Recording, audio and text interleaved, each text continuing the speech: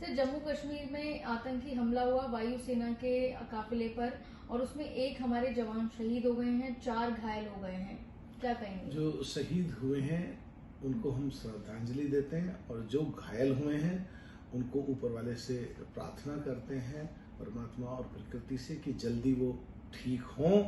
और मुझे पूरी उम्मीद है हमारा देश का नेतृत्व आज ऐसे हाथ में है, जरूर जिन लोगों का इसमें हाथ है उनको कठोर से कठोर सजा जल्द मिलेगी।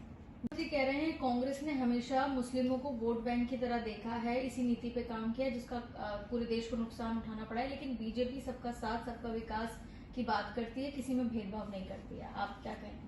देखिए, बात तो सच है, खासकर हिंदुस्तान और पाकिस्तान की सीमा पे जो गुर्जर मुसलमान है वो हमेशा अपने हक के लिए और अपनी सुविधाओं के लिए, अपने आरक्षण के लिए हमेशा तड़पते रहे।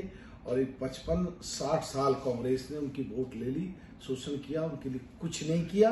तो आज काम हो रहा है और ये बिल्कुल सही बात है कि डर दिखा करके और उनकी वोट ले लो और उनके काम ना करो। और जब देश आजाद हुआ, आजादी के बाद जो देश में मुसलमानों की जो हालात थे, हर जगह नौकरियों पे थे, हर जगह बड़े बड़े पदों पे थे और अच्छे अच्छे बिजनेसों में थे, और आज क्या हालत है उनकी? तो कौन जिम्मेदार है? कांग्रेस। ठीक है सर, इसके साथ ही अमित शाह कह रहे हैं कि राहुल गांधी के नेतृत्व में कांग्रेस चुनाव लड़ रही है और राहुल गांधी एक ऐसे नेता हैं कि जब वो अमेठी से हारते हैं वायनाड चले जाते हैं, वायनाड से हारते हैं तो रायबरेली आ जाते हैं, लेकिन उन्हें समझना चाहिए कि सीट में दिक्कत नहीं है, समस्या उन्हीं के अंदर है। देखिए, ये बात तो सच है, जो दूसरे लोग उनके लिए शब्दों का इस्तेमाल करते हैं, भगौड़े और भाग्य, तो मैं कहूँगा नहीं। लेकिन अगर अमेठी में वो हारे तो अमेठी से उनको चुनाव लड़ना चाहिए था, और अगर वो वहां से गए हैं तो शायद कहीं ना कहीं उनको डर है कि जो वहाँ गुर्जर मुसलमान हैं जम्मू कश्मीर में, जो 29.4 है, जो उनके रिश्तेदार हैं सब, वो बीजेपी से इतने खुश हैं कि वो बीजेपी को वोट दे रहे हैं और उन्हें हार लग रही थी, इसलिए शिफ्ट हो गए। और दूसरी बात भी सही है, जो लीडरशिप होनी चाहिए वो है नहीं है। पर जो अमेठी से अब जो चुनाव लड़ रहे हैं, एनके शर्मा को जो लड़ा रहे हैं, ये केएल शर्मा को, तो उनका कहना है कि वो पूरे उससे स्मृति ईरानी को हराएंगे और वो पूरे पुराने नेता 1983 से काम कर रहे हैं, वो कांग्रेस से सैलरी भले ही ले रहे हैं लेकिन वो जमीनी नेता है। अगर हराने की बात होती और कांग्रेस जीत रही होती तो राहुल गांधी जी क्यों छोड़ते वहां से? ये बेकार की बात है जी।